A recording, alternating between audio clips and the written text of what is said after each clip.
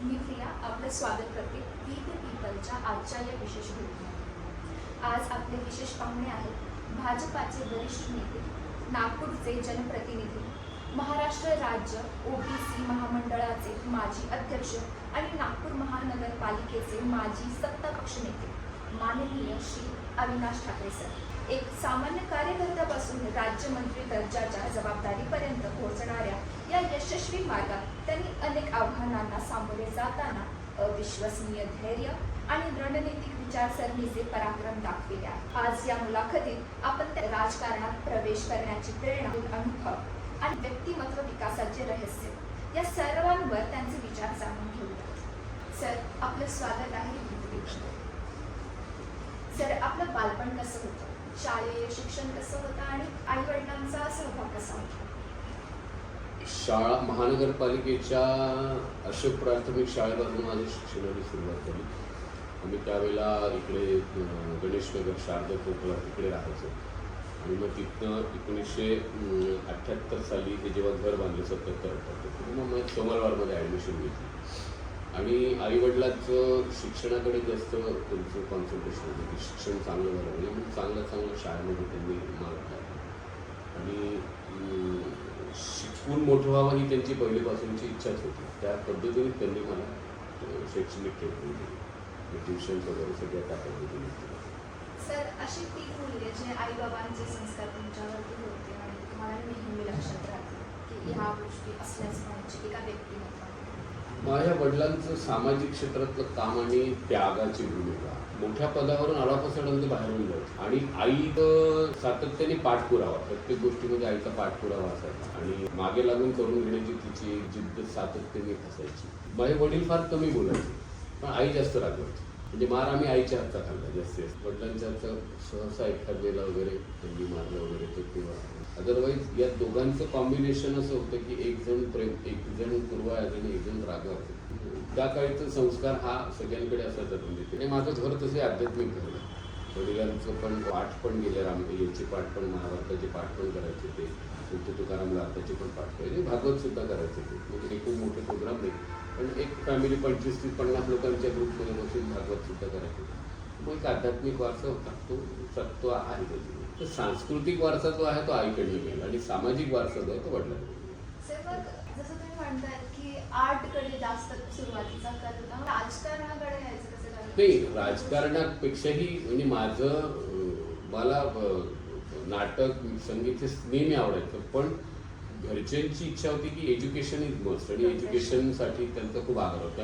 तिथे तेवढा फोकस नाही राहिला, त्या काही या क्षेत्रावर तेवढा फोकस कोणाचाच नसतं कारण ते अर्निंगचं साधन होतं। आता ते अर्निंगचं साधन झालेलं आहे, त्यावेळेला ती हॉबी म्हणून होती आणि त्यामुळे कलागुणांकडे खूप जास्त लोक असे त्या एवढे बरोबर। त्याच्यामुळे मॅक्सिमम लोक एज्युकेशन मुलगा इंजिनियर बनला पाहिजे, डॉक्टर बनला पाहिजे, तर घरच्यांची इच्छा ती इंजिनियर बनला पाहिजे म्हणून तिकडे मी फोकस द्यायला गेलो की इकडून रागवलायचं तर मग आपल्या याच्यामध्ये इंजिनिअरिंग म्हणजे एज्युकेशनमध्ये मी चंद्रपूर इंजिनिअरिंग कॉलेजवर माझं कम्प्युटर टेक्नॉलॉजी होतं त्यावेळेला नागपूर युनिव्हर्सिटीतून 4था मेरिट। ग्रेट। सर, जेव्हा तुम्ही कॉलेजमध्ये होता तेव्हा तुम्ही कोणत्या पक्षामध्ये होता किंवा जे युवा ग्रुप्स असतात? राजकारणाशी माझा संबंधच नव्हता, सामाजिक क्षेत्राशी होता, कल्चरल आणि सामाजिकशी होता पण पॉलिटिकल असा कुठे संबंधच नव्हता। बेसिकली आमचं इथे उज्ज्वल नगरला माझं एज्युकेशन झाल्यानंतर मी नागपूरला आलो, पहिले जॉब केला संपलायला, मग तिथून बिझनेसला लागलो, BSNL कॉन्ट्रॅक्टरशिप वगैरे मध्ये सुरू होती। आमचं इथे क्लब होता, व्हॉलीबॉल क्लब, आणि तिथे कॉर्पोरेशनच्या एक पाण्याच्या टाकीचा प्रस्ताव आला, ती गोष्ट 97-98 वगैरेची काहीतरी गोष्ट होती। तर आम्ही त्याला आमचं ग्राउंड चाललं म्हणून प्रोटेस्ट केलं। सोले सर राहायचे इथे आमच्या बाजूला, भाजपचे नेते सुभाष अपराजित त्यावेळेला बाजूच्या भागाचे नगरसेवक होते आणि सुलभाताई दाणी इथलं नगरसेवक होतं। लोक एकत्र आले, मग त्या लोकांनी म्हटलं की अविनाश आम्हाला लीड करेल, मग आपण त्यांनी लीडरची भूमिका देऊन टाकली आणि लीड करताना जे आंदोलन यशस्वी झालं ते टाकी शिफ्ट झालं। तर तो पहिला इन्स्टन्स होता एक पॉलिटिकल याचा आणि मग त्याच्यानंतर काम करत असताना माझ्याबद्दल म्हणजे या भागामध्ये भाजपचा प्रचार आणि प्रसार करत असताना इथल्या नेतृत्वाला वाटलं की बा असा एक जण पाहिजे। मला निरोप आला आणि मग त्याच्यानंतर पहिले तर मी नाही म्हटलं, माझा पेंटच नाही राजकारण, मी सोशलच आहे, नंतर हळूहळू लक्षात आलं की बा नाही, राजकारण जॉईन करू शकतो आपण, सुरू केलं. ते पहिलं आंदोलन होतं, आता तुम्ही त्याच्याकडे कसं बघता? म्हणजे वॉज इट टफ? आंदोलन ही कुठली टफच असतं, त्यात विक्ट्री मिळाली म्हणून तो टफनेस नाही, पण विक्ट्री इतक्या लवकर नसती म्हणजे तो टफनेस आला असतं त्यावेळेला. पण ती विक्ट्री फास्ट मिळाली, म्हणजे आम्ही जे कन्व्हिन्स केलं त्याला त्यांनी मान्यता दिली आणि दुसऱ्या ठिकाणची जागा पण आम्ही शोधून देताना आम्हाला त्रास मिळाला, ताबडतोब मिळाली. तिथल्या लोकांची पण डिमांड होती, त्याच्यामुळे ती टाके तिकडे शिफ्ट झाली. पण ती पहिलीच विक्ट्री होती, त्याच्यामुळे ऑटोमॅटिकली एनर्जी किंवा आपण जे काही प्रेझेंट करतो ते लोकांना पटतं आहे आणि आपली कन्व्हिन्सिंग पॉवर चांगली आहे. सर, पहिलं मतदान कधी लढवलं आणि एक गोष्ट जी नेहमी लक्षात राहील त्या मतदानादरम्यान? 98 पासून मी पार्टीसोबत काम करायला लागलो. 98 ते 2000 असं काही खूप जास्त लाईमलाईट म्हणजे कुठल्या जबाबदारी नव्हती. म्हणजे बूथवर सगळेजण बसतात, आपणही त्यांच्यावर मदत करायची, पोस्टर लागायला लागले, हेच काम होतं. पण 2000 पासून मग ऍक्टिव्ह, मग बूथची जबाबदारी, कार्यकर्ता जबाबदारी, पक्षीय जबाबदारी, त्यातून मग 2000 पासून समोर जात गेलो. पण स्टार्ट 98 पासून. मोठं आंदोलन माझं होतं 2006चं समता सहकारी बँकेचं. आणि त्यावेळेला ती बँक घोटाळ्यामध्ये आली, तर अनेक लोकांचे पैसे त्याच्यामध्ये चालले गेले. इथल्या झोपडपट्टी लोकांचे, बरेच गरीब लोकांचे पैसे होते. आम्ही ते आंदोलन केलं आणि त्या आंदोलनाचं फलित असं की 90% लोकांना त्यांचे पैसे आम्ही वापस देऊ शकलो. त्यावेळेला उरलेल्या 10% लोकांचा लढा अजूनही सुरू आहे, पूर्ण पैसे मिळायचे. त्याच्यामुळे ते एक मोठं आंदोलन ते आम्हाला 1.5 वर्ष आम्ही सातत्याने केलं आणि तिथून जास्त मग पब्लिक कनेक्ट, लाईट आणि रस्त्यावरची लढाई होती की आम्ही 2006ला काही सगळेजण आता म्हणजे या भागातले बरेच लोक एक मिनिमम याच्यावर होते ना, म्हणजे आर्थिक परिस्थितीची खूप चांगली नव्हती. मिडल क्लास, त्यांचे 1,80,000, 90,000 असे पैसे बँकेमध्ये कपले, जी त्यांच्यासाठी मोठी रक्कम होती. तर ती सगळी पैसे त्यांना वापस मिळते. पहिलं पद कोणतं होतं जे तुम्ही भूषविलात? पहिलं पद मला बूथ सदस्य होतं. हे पत्रक वाटणं, पक्षाचे पत्रक घेऊन जाणं, पार्टी मिटिंगसाठी लोकांना इन्व्हाइट करणं किंवा स्वतः पार्टी मिटिंग कंडक्ट करणं, असेच कामं. म्हणजे जेव्हा मी सक्रिय भारतीय जनता पार्टीसाठी, मला भारतीय जनता पार्टीच्या बॅनरवर जे मी काम सुरू, म्हणजे बॅनरचं पहिलं पद हे माझं बूथचं सदस्य होतं. म्हणजे 10 लोकांचा बूथ राहायचा, 10 लोकांचा बूथ राहायचा, बूथ प्रमुख राहायचा, त्याच्या हाताखाली मी काम केलं. पहिल्यांदा माझी तिथं सुरू. सर, जेव्हा तुम्ही महानगरपालिकेसाठी काम सुरू केलं, काय अडचणी होत्या? साधारणतः 2004 ते 5 पासून मी 4 पासून वगैरे महानगरपालिकेसाठी काम सुरू केलं. सुभाषजी अपराजित त्यावेळेला नगरसेवक होते या प्रभागाचे, 2002ला निवडून आले ते. आणि मग त्यांच्यासोबत भाजपचा कार्यकर्ता म्हणून ते भाजपचे नगरसेवक म्हणून सातत्याने संपर्क यायचा. मग जनतेच्या काही आता माझ्या घरी चक्की पण होती, त्याच्यामुळे नवीन मतदार नोंदणी वगैरे इथून सगळी चालायची. आम्ही फॉर्म ठेवायचे, लोक आणून द्यायचे. पत्रकाचं काम, निरोपाचं काम इथून चालायचं, तर ते सगळे फॉर्म माझ्याकडे यायचे. मग ते पार्टी कार्यालयात जमा करताना नगरसेवकांसोबत बसणं, त्यांचे छप्पे घेणं वगैरे वगैरे, हे जे सगळ्या प्रक्रिया त्या प्रक्रियेतून मग सुरू झालं ते हळूहळू. मग त्यांच्या ऑफिसमध्ये बसताना पब्लिक आपल्या कंप्लेंट घेऊन यायची, तर मग त्या कंप्लेंट आपणही समजून घ्यायच्या. मग त्यांना विचारायचं की याला, मग ते अधिकाऱ्यांना फोन करून सांगायचे की बॉस अशा प्रकारची कंप्लेंट असं आहे, किंवा ते जाऊन पाहायचे. मग त्यांच्यासोबत आपणही चाललो. असं करता करता ते पब्लिकचे जे विषय ते कळायला लागले आणि मग त्यांच्यासोबत महानगरपालिकेमध्ये जाऊन त्याचे सोल्युशन पण काय हे पण कळायला लागले. आणि कॉर्पोरेशन कशी असते, लोकांच्या समस्या कशा सोडवल्या जातात, अधिकारी कोण आहे, यांची पूर्ण माहिती जवळपास मला माहिती झाली. त्यामुळे नगरसेवक बनल्यानंतर असा काही त्रास नाही, इमिजिएट सोल्युशन माहिती. त्याच वेळेला देवेंद्रजी फडणवीस आमदार पण होते, तर त्या नगरसेवकाच्या माध्यमातून अपराजित काकांच्या माध्यमातून त्या सोडवल्या जातात. त्या मग त्यांच्याकडे घेऊन द्यायचं, देवेंद्रजीकडे, तिथून सोडून आणलं. जसं आमच्या समोरची फ्लॅट स्कीम आहे इथे, लक्ष्मी विहार मोहित कॉम्प्लेक्स म्हणून, तिथे पिण्याच्या पाण्याची व्यवस्थाच नव्हती, विहिरीतच पाणी प्यायचं होतं. मग तो विषय अपराजित काकांच्या माध्यमातून सोडवल्यानंतर फंडिंगचा इश्यू होता, तर मग आम्ही देवेंद्रजींकडे गेलो, त्यांनी फंडिंग दिलं आणि मग तिथे पाण्याची लाईन वगैरे टाकली. नगरसेवकाची भूमिका आमदाराची, दोघांसोबतही कोऑर्डिनेट करून समस्या सोडवायला तेव्हा पण सुरुवात केली. सर, आपण 3 वेळा नगरसेवक होता, पण सर जेव्हा तुम्ही नगरसेवकांची भूमिका 3 वेळा बजावला, तर काय आव्हानं होती आणि ह्या अनुभवांवरून तुम्ही त्या जबाबदाऱ्यांना कसं पार पाडलं? मी पहिल्यांदा जेव्हा 2007ला निवडून आलो तेव्हा 2 पार्टमध्ये होता. एक पार्ट सोमलवाडा एरियाचा स्लम पार्ट होता आमच्याकडे, वस्ती, गाव वस्तीची कॉर्पोरेशनला अटॅच होती, पण तिथलं कल्चर ग्रामीणच होतं आणि तिथे स्लम पण होती, झोपडपट्टी, बाजूला नाला, त्या नाल्याला लागलेले घरं. आणि एक पार्ट होतं सिव्हिलाइज एरिया, म्हणजे छत्रपतीनगरपासून तर माझ्या घरापर्यंत नाल्यापर्यंत सिव्हिलाइज होती. दोघांच्या वेगवेगळ्या समस्या होत्या आणि आम्ही ज्या वेळेला महानगरपालिकेत गेलो त्यावेळेला नेमकी भारतीय जनता पार्टीची सत्ता महानगरपालिकेत आली. त्याच्या अगोदर महानगरपालिकेमध्ये भारतीय जनता पार्टीची सत्ता नव्हती. तर फंडिंगचा अभाव जुन्या नगरसेवकांना नेहमीच राहिला. तर त्याच्यामुळे सगळेच कामं काही जुने नगरसेवक करू शकत नव्हते, कारण विरोधी पक्षात असल्यामुळे तेवढा फंड मिळायचा नाही. पण आपल्या पद्धतीने त्यांनी पण भरपूर कामं केले होते. तर सिव्हिलाइज्ड भागामध्ये फुल डेव्हलपमेंट करून देणं नवीन स्टँडर्ड प्रमाणे, सोबतच स्लमच्या भागाचा पण एक चांगला विकास केला. दोन्ही गोष्टी होत्या. त्या दोन्ही गोष्टी मी केल्या. म्हणजे नाल्याचं पाणी लोकांच्या घरात सुमलवाड्यामध्ये जायचं ते पूर्ण नाला बंद करून दिला. तिथे चांगलं त्यांचे अंगणवाडी सुरू करून दिली. नंतर तिथे त्यांना कल्चरल हॉल सुरू करून दिले. बचत गटांना प्लॅटफॉर्म्स मिळून दिले आणि सिमेंटचे रस्ते आतमध्ये करून दिले. एकदम पॉश वस्ती जशी असते ना तशी 5 वर्षामध्ये त्या सुमलवाड्यामध्ये आम्ही तिथे काम करून दिलं. तो एक अनुभव होता. आणि मग इकडचे जे आहे या भागातले सिव्हिलाइज एरियातले भागात ते सुद्धा कामं ते वेगळ्या पद्धतीने हे होत असताना कसं होत आहे, तर तिथले लोक पण ते पण माझ्याकडे यायचे, कारण तिथे त्यांना कामं करून घ्यायचे होते. तर ते पण माझ्याकडे यायचे. पण तिथे पण लक्ष दिलं मी. म्हणजे मी 2007ला नगरसेवक बनलो इथला समोरवाडा भागाचा. पण मी 2008 पासून मनीषनगरमध्ये काम सुरू केलं. तिथे जवळपास तिथे पाणीच नव्हते. लोकांच्या घरासमोर ड्राम ठेवलेले असायचे, रस्ते नव्हते, इलेक्ट्रिक पोल नव्हते. तर तिथे सगळ्यात पहिले पाण्याची व्यवस्था आम्ही 2009 साली तिथे करून दिली. आणि 24-25 लेवलचे रस्ते सुरुवातीला 150-200 इलेक्ट्रिकचे पोल, म्हणजे दोन्ही साईडला मी काम करायचं.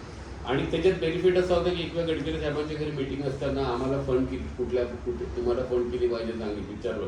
म्हटलं माझ्या भागाकरता 25 लाख पाहिजे आणि त्या भागाकरता 25 लाख पाहिजे. तर त्यांना ते क्लिक झालं की बाबा नगरसेवक लागून असलेला जिथे आपला नगरसेवकने तिथली पण ओनरशिप घेतोय, तर त्यांनी त्यावेळेला भूमिका मांडली की मग अशा पालकत्व देऊन टाका तुम्ही जे घेत असेल. किंवा इनडायरेक्टली ते पालकत्व माझ्याकडे आल्यामुळे आणि मग 2009ला देवेंद्रजी फडणवीस त्या भागातले आमदार सुद्धा बनले, पहिले नव्हते. मग आम्ही कंबाईंडली काम केलं आणि तिथलं पण विकास केला. म्हणजे गुंठेवारीमध्ये काम केलं, स्लममध्ये काम केलं, नजूलमध्ये काम केलं, ULCचे कामं केले, सिव्हिलाइजचे काम केले. म्हणजे ऑल ओव्हर सगळे ज्या पद्धती पाहिजे तसे कामं फर्स्ट टर्मला गेले. सेकंड टर्मला मग तिथे पूर्ण फुल प्लेट नगरसेवक होतं. आणि मग चीजभवन आलं. चीजभवनमध्ये ULC स्कीम होत्या, विहान पुनर्वसन होतं. अशा अनेक गोष्टी होत्या ज्या म्हणजे एका नगरसेवकाच्या आवाक्याच्या बाहेरच्या होत्या. परंतु त्या आमच्या नशिबात आल्यामुळे त्याच्यावरही लक्ष देऊन त्याच्यावरही काम करता आलं. म्हणजे कलेक्टर ऑफिसचं इन्व्हॉल्वमेंट वगैरे. त्याला पक्षाने मला DPDC दिली. DPD जिल्हा नियोजन समितीचे सदस्य बनवलं होतं. तर मग त्या माध्यमातून सुद्धा ते चीजभवनमध्ये आम्ही कामं केले. आणि अनेक ULCचे विषय आटकून दिले. त्यांची सिटी सर्वेमध्ये नावं चढवून दिले, शेतांवर लेआउट रेग्युलराइज करून दिले, नवीन रस्त्याचं निर्माण केलं. असे वेगवेगळे विषय मग आम्हाला सातत्याने मी करतो. जेव्हा नगरसेवक म्हणून एखादा व्यक्ती काम करतो तर त्याला खूप वेगवेगळ्या स्तरातल्या लोकांबरोबर काम करायचा अनुभव असतो. सर, नगरसेवक म्हणून काम करताना आणि राज्यमंत्री दर्जाचं पद जेव्हा तुम्ही भूषवला, ह्या दोन्हीमध्ये मूलभूत फरक काय जाणवला? त्याची मधला एक पार्ट आहे. स्टँडिंग कमिटी मी 2013-14 स्टँडिंग कमिटी चेअर होता. पूर्ण शहरातल्या समस्यांचं मला निराकरण करायचं होतं. त्याला बजेटही द्यायचं होतं. तर मला आठवतं मी जे बजेट दिलं ना त्यातल्या 7 योजना ज्या आहेत त्या केंद्र आणि राज्य सरकार चालवणार. म्हणजे स्मार्ट सिटीमधले केबल अंडरग्राऊंड केबलिंगची जी योजना आहे त्याची पॉलिसी मी दिली होती त्यावेळेला. त्याच्यानंतर आता आवास योजनेमध्ये जे ॲडिशनल FSI कमर्शियल देऊन तिथे प्रायव्हेट पब्लिक पार्टिसिपेशन करून प्रोजेक्ट निर्माण करणं. म्हणजे आता SRA मध्ये जे चालते की बिल्डर बिल्डिंग बांधून देतो आणि गव्हर्नमेंट त्या मग फ्लॅट जे आहे ते लो इन्कम ग्रुपला अलॉट करतात. त्याच्यासाठी ॲडिशनल FSI या पॉलिसीज आहे. कम्प्युटर इंजिनियर असल्यामुळे टेक्नॉलॉजीच्या संदर्भातल्या काही पॉलिसीज मी घेतल्या होत्या. माझ्या बजेटमध्ये पहिल्यांदा इनोव्हेटिव्ह प्रोजेक्टसाठी फंडिंग मी 50 लाख रुपयाचं ठेवलं होतं, जे आता स्टार्टअप इंडियामध्ये त्याचं कन्व्हर्शन झालं. अशा 5-7 योजना ज्या आहेत. सॅटेलाइट थ्रू टॅक्स असेसमेंट ही माझ्या कार्यकाळाची योजना आहे.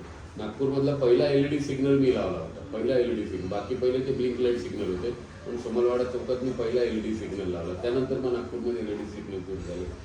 इन्कम सोर्स महानगरपालिका यावा म्हणून टॉवरसाठी स्क्वेअरमधल्या स्क्वेअर टॉवर जागा दिल्या आणि त्याच्यावरून लाईट देऊन कॉर्पोरेशनचा खर्च वाचवला. त्यावेळेला 190 करोड रुपयाचा रेव्हेन्यू झाला होता.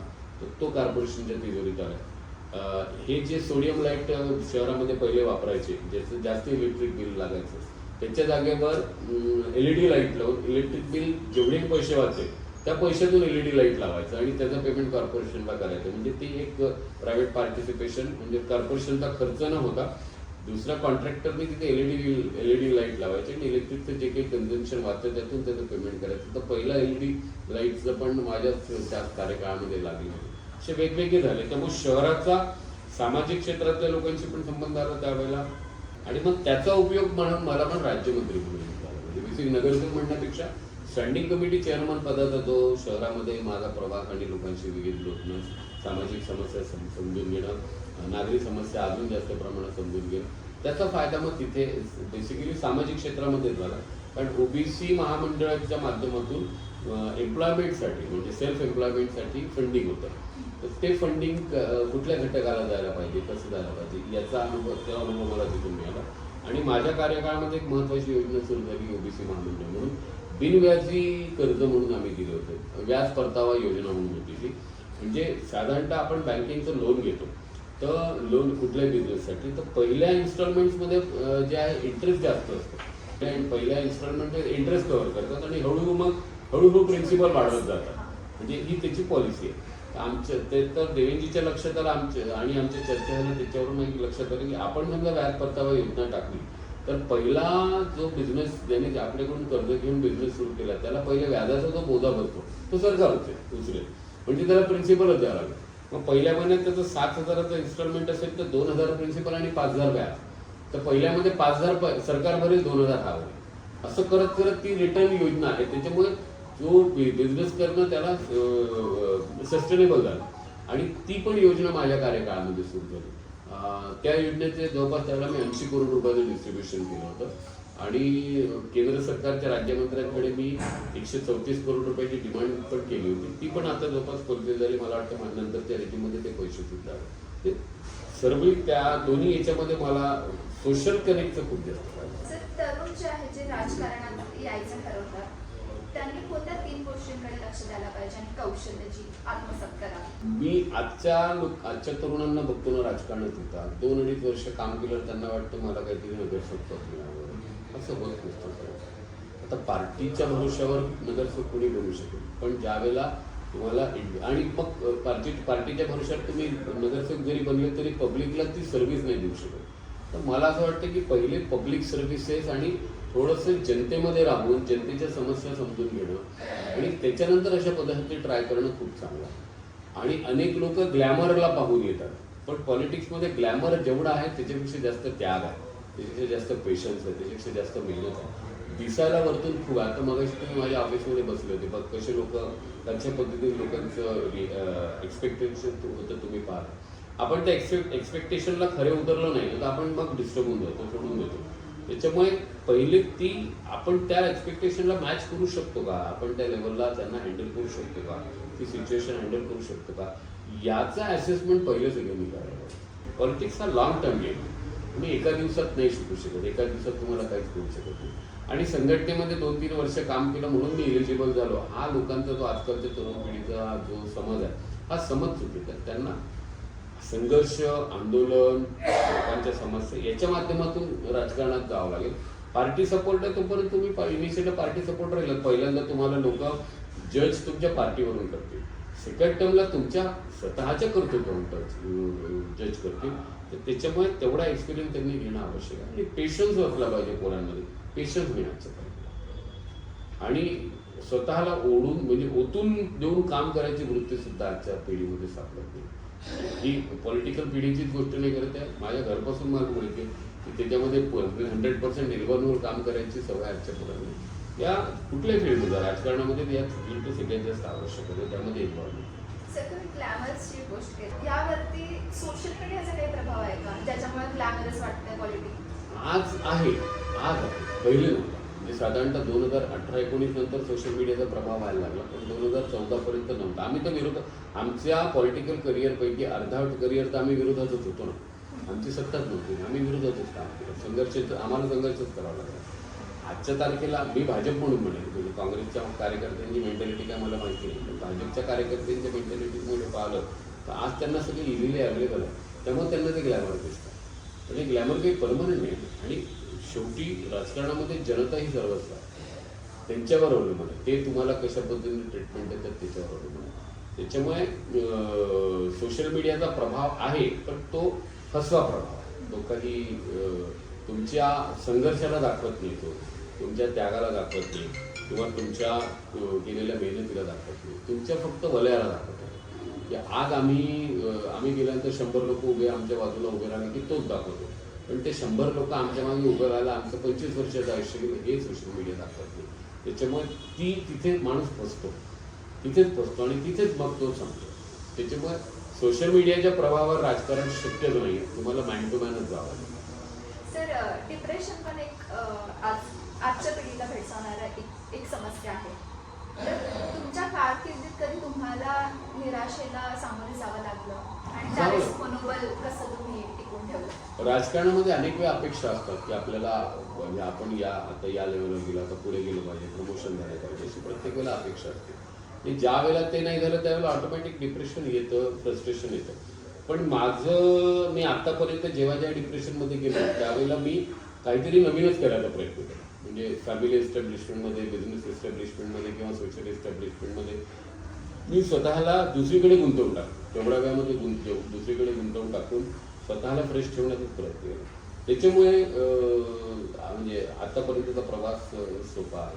पण समजा मी त्यातल्या त्यात राहिलो असतो तर 100% आता पॉलिटिकली संपलं असतं. कुठेतरी हातामध्ये आता मी माळी महासंघाचा राष्ट्रीय अध्यक्ष, मी अखिल भारतीय महानुभाव परिषदेचा राष्ट्रीय विश्वस्त आहे, जो जेसिसमध्ये काम केलेलं आहे, आणि काही संस्था आहे, माझी सोसायटीचा पण अध्यक्ष.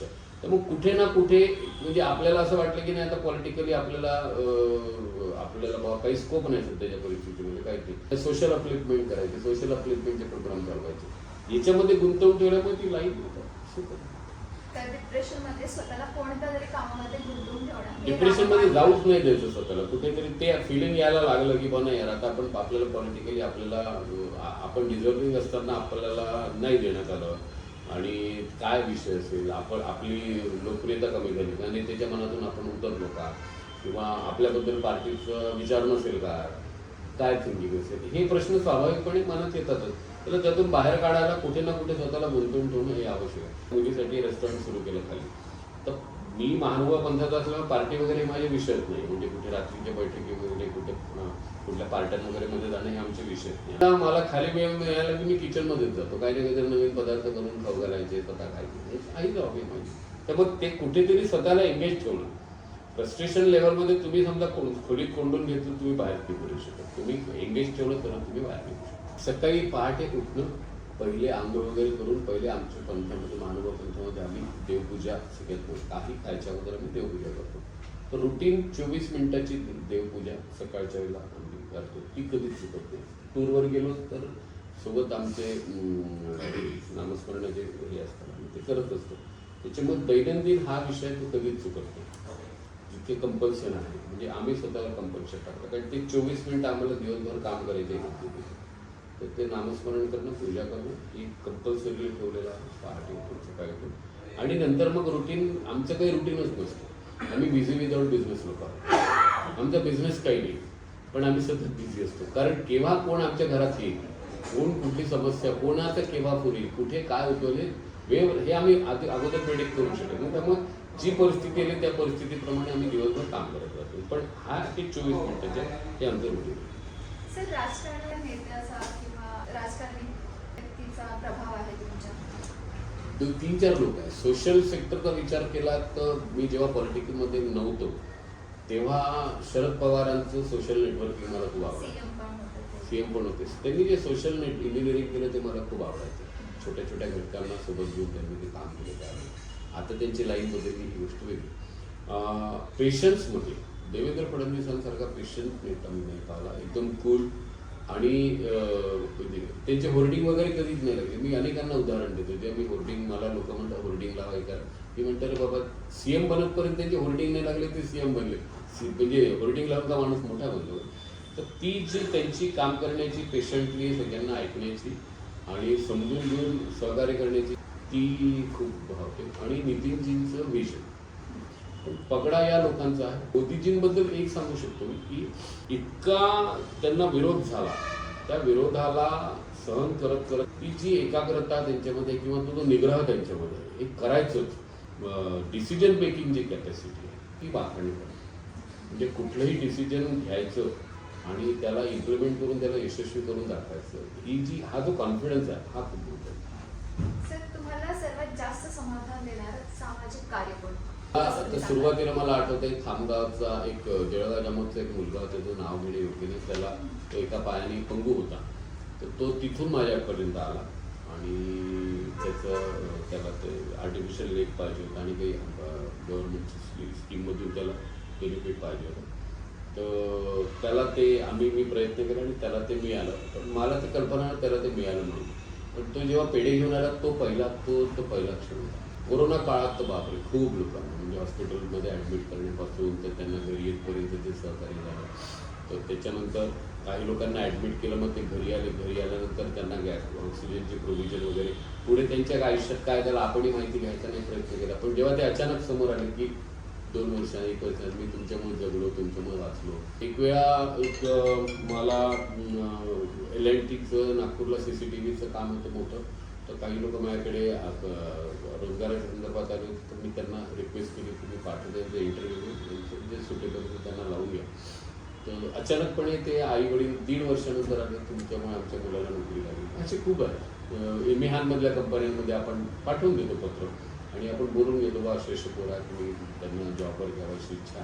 ते इंटरव्ह्यू कंडक्ट करतात, त्याचे काही लागतात काही लागत नाही. जे लागतात ते येतात आणि आपल्याला जेव्हा पेट्या घेऊन येतात दुकानात तेव्हा आपल्याला लक्षात येतं की तेव्हा माहीत पडतं की हे झालेलं आहे म्हणून. आमच्यासारख्यांच्या आयुष्यामध्ये असं असतं, अनेक लोकांना आपलं म्हणजे भूमिका तीच असते सहकार्याची. काहींची होतात काहींची होत नाही. आम्हाला माहिती नसतं की याचं हे काम झालं, पण जेव्हा तो समोर येतो त्याला ती प्लेझंट मोमेंट असते की अरे बघ हे झालं, हे चांगलं झालं. आणि मी एक ॲड करते याच्यामध्ये, तेव्हा म्हणजे आय वॉज नॉट 18 आणि मग माझ्याकडे ID कार्ड काही नव्हतं, लायसन्स वगैरे मिळतच नाही.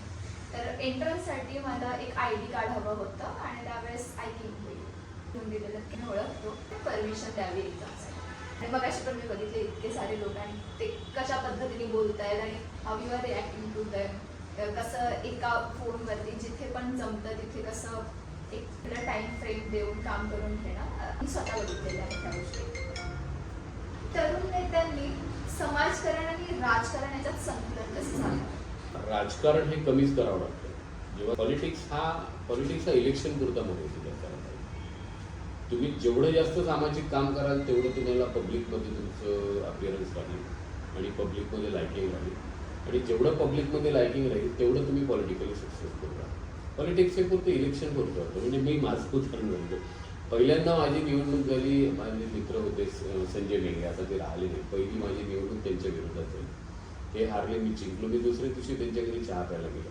पण हे आज नाही दिसत ना. आता आम्ही त्यावेळेला केलं ते आणि मग त्याच्यानंतर तो त्याचा भाऊ राजू बेंगरे आमचे मित्र होते, त्यांनी भाजपमध्ये काम सुरू करून दिलं. म्हणजे दुसऱ्या इलेक्शनला असंच झालं. राजीव कातोरे माझे मित्र होते, संजय डहाळे माझे मित्र होते. त्याच्यामुळे ते कल्चर जे आहे तुम्हाला सर्वांना सोबत घेऊन जायचं. पॉलिटिक्समध्ये तुम्हाला सर्वांना सोबत घेऊन जायचं. सर, हे जनरेशनचं डिफरन्स आहे का? नाही, हा जनरेशनचा डिफरन्स नाही आहे. हा आम्ही विरोधात काम केल्यामुळे आम्हाला जास्त लोकांची आवश्यकता होती. आम्हाला पार्टी एक्सपान्शन आवश्यक होतं, मग विरोधकही आमच्यासोबत यायला पाहिजे अशी आमची भूमिका होती. त्याच्यामुळे काय होत होतं की आम्ही जास्त लोक जोडत जायचो आणि एक त्यावेळेस आणि कल्चरही होतं की बाबा मित्र 2 मित्र आपसात पॉलिटिकली लढायचे ना, एक एका पक्षामध्ये एक दुसऱ्या पक्षात होते. तर त्याच्यामुळे एका घरामध्ये फक्त विचारांची भूमिका वेगळी होती, बाकी तर मित्रत्व होतच ना. आणि मी म्हटलं ना, पॉलिटिक्स त्या निवडणुकी पुरतं, बाकी तर तुम्ही सगळ्यांची रिलेशन मेंटेन करायलाच पाहिजे कुठल्या परिस्थितीमध्ये. आणि आज ही शिकवण नाही, कॉम्पिटिशन इतकी वाढवली, कॉम्पिटिशन इतकी झालेली आहे की प्रत्येकाला वाटतं हा माझा दुश्मन होता, म्हणजे हा समोर आला तर मला तिकीट मिळणार नाही. ते पद हे फक्त तुम्हाला काही काळापुरतं मर्यादित असतं, तुमचं कामच बोलतं. तुमचं जो पद आहे, जोपर्यंत पद आहे तोपर्यंत गर्दी आहे, पण तुमचं काम असेल तर बिना पदाने तुमच्या घरी गर्दी आहे. शिकवण बऱ्याच लोकांना जो घ्यायची आहे, ते तुम्ही मगाशी जे म्हणतो सोशल मीडियाचा प्रभाव तो जास्त वाटतो लोकांना, की फॉल्स गोष्टीवर ते विश्वास ठेवून समोर जातात. आणि पद असेल तर लोक येईलच ना. शेवटी राजकारण काय देण्यासाठी, सत्ता ही देण्यासाठी आहे. मी सत्तेत आहे तर मला द्यावंच लागेल, मी कोणाकडून काय मागणार. त्यामुळे माझ्याकडे लोक सत्तेत असल्यावर येईलच ना माझ्याकडे लोक, कारण त्यांना अपेक्षा माझ्याकडे. तर ती मी पदावर आहे म्हणून माझ्याकडे लोक आले, म्हणून माझ्याकडे गर्दी आहे. मी देऊ शकतो म्हणून गर्दी आहे. समजा मी काही देऊ शकत नव्हतं कशाला गर्दी आहे. ही ज्याला भूमिका समजेल ना, तर तो माझ्या हातात द्यायला काहीच नाही आणि मी खूप स्वतः मोठा बाता मारून राहिलो, काय होत नाही. काही होत नाही, माझी कॅपॅसिटी नसेल. आणि म्हणजे आजकाल तर मी पाहतो की सीएम साहेबासोबतचा फोटो पोरं सोशल मीडियावर फ्रेम करतात छानपैकी.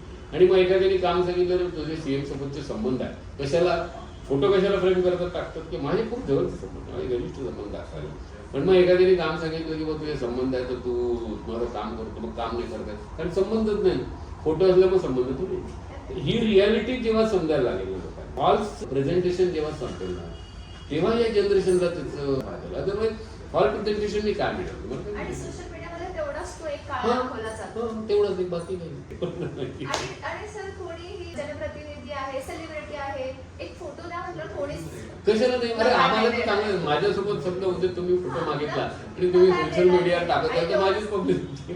सोशल मीडियावर सर तरुण नेत्यांनी सामान्य चुका कोणत्या टाळाव्या? कठीण प्रश्न आहे. मी आतापर्यंतच्या इंटरव्ह्यू मध्ये म्हणजे आतापर्यंत त्याच्यात बरेचशा या याच्यातल्या बऱ्याच गोष्टी सांगितले की एक तर आपल्या मनामध्ये समर्पणाची भाव असली पाहिजे, लोकांना सेवा देण्याचा भाव असला पाहिजे, त्यागाची भूमिका आपली असली पाहिजे, तरच तुम्ही राजकारणामध्ये टिकाल. संयम असला पाहिजे तरच राजकारणामध्ये टिकाल. तुम्ही फक्त मला नगरसेवक बनायचं, मला आमदार बनायचं, मला ग्लॅमर मिळवायचं किंवा काही लोक याच्यातून मला पैसे मिळतील या भावने या भूमिकेत गेलं तुम्ही राजकारणात टिकू शकत. ते टेम्पररी फेज राहील. आणि असे अनेक पोरं आम्ही बघितलेले जे येतात पद घेतात आणि 2 वर्ष गायब होतात, त्यांना काही मिळालेली गायब होतात. आणि सर्वात महत्त्वाचं सांगतो, मी ज्या वेळेला भारतीय जनता पार्टीचं काम सुरू केलं, नितीनजींनी मला बोलावलं, मी त्यांच्या घरी गेलो होतो. त्यांनी सगळ्यात पहिला मला प्रश्न काय विचारला की तुझा इन्कम सोर्स काय, तुझं घर कशावर चालतं. त्यावेळेला माझं जे काही असेल ते मी त्यांना सांगितलं, माझ्याकडे तू पॉलिटिकवर डिपेंडंट नाही. म्हणजे नाही सर, पॉलिटिक्सवर डिपेंडंट, तुझं घर स्वतःच्या वर्षात चालू शकतो. येस सर, मग तू राजकारणात. की त्यावेळेला त्यांनी मला म्हटलं, मी आजच्या तरुण पिढीला येतो, तुम्ही स्वतःचं घर चालू शकत असाल, स्वतः सेल्फ डिपेंडंट असाल, स्वतःचं इन्कम तुमच्यात असेल, पहिले घर सांभाळा स्वतः आणि मग राजकारण. नाहीतर काय होतं की चर्चा होते, तो माणूस स्वतःचं घर सांभाळू शकत नाही तर काय राजकारणाचे दुसरं. आणि मग तुम्हाला त्यातून अपेक्षा निर्माण होतात राजकारणाची. मग मला कॉन्ट्रॅक्ट मिळालं पाहिजे, मग मला काम मिळालं पाहिजे, मग मला पैसे मिळायला पाहिजे. आणि मग त्या भावनेत तुम्ही जातात तर मग ते पॉलिटिकल फेल्युअर आहे तुमचं. म्हणून पहिले स्वतःचं सेटलमेंट पहा आणि नंतर पॉलिटिकल सेटलमेंट. सर तरुणांनी पक्षाची निवड करताना कोणत्या गोष्टी लक्षात ठेवा?